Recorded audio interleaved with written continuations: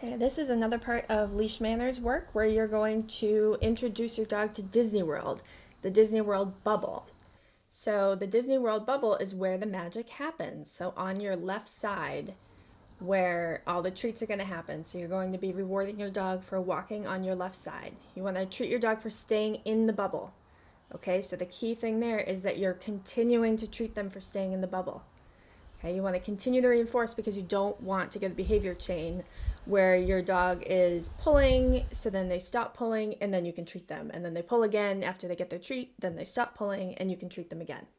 Okay, so instead you're going to be rewarding for continued attention and continued engagement. Okay, if you find that your dog takes a treat and then leaves, it's because they're assuming that they're done.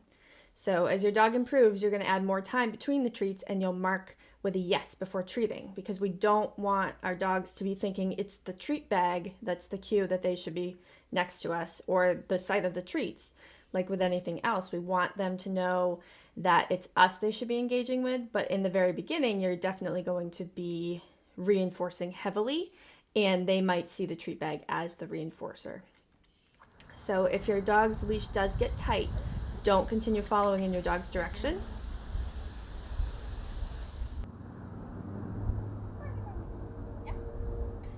And there, if your dog does get distracted, just try to re-engage them, okay, and then reinforce. Just wait it out if you have to in the beginning.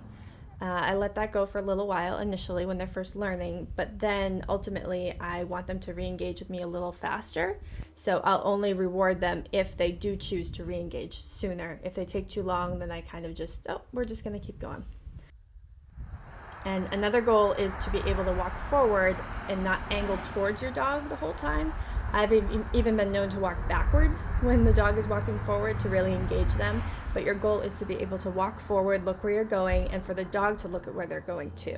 So ultimately, they will be waiting for you to say yes, and then you'll be giving them the treat. So they shouldn't be watching you the entire time. Okay, when you do stop walking, I would ask your dog to sit.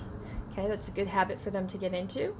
So they can start assuming that when you stop walking, they should automatically sit. Okay, and every once in a while, you're going to want to give your dog a break.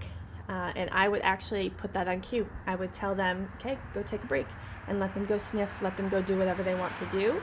And when they're ready to re-engage with you, they'll let you know. Just make sure that they know that they can go sniff. So I would wait it out a few seconds to see if they're even interested at all. So then once they do re-engage, it's clear that they're choosing to re-engage. Your dog should really be following you by choice. Okay, they should be choosing to follow along with you because it's fun and engaging for them, not because you're pulling on them, pulling on their leash, or yanking them in your direction.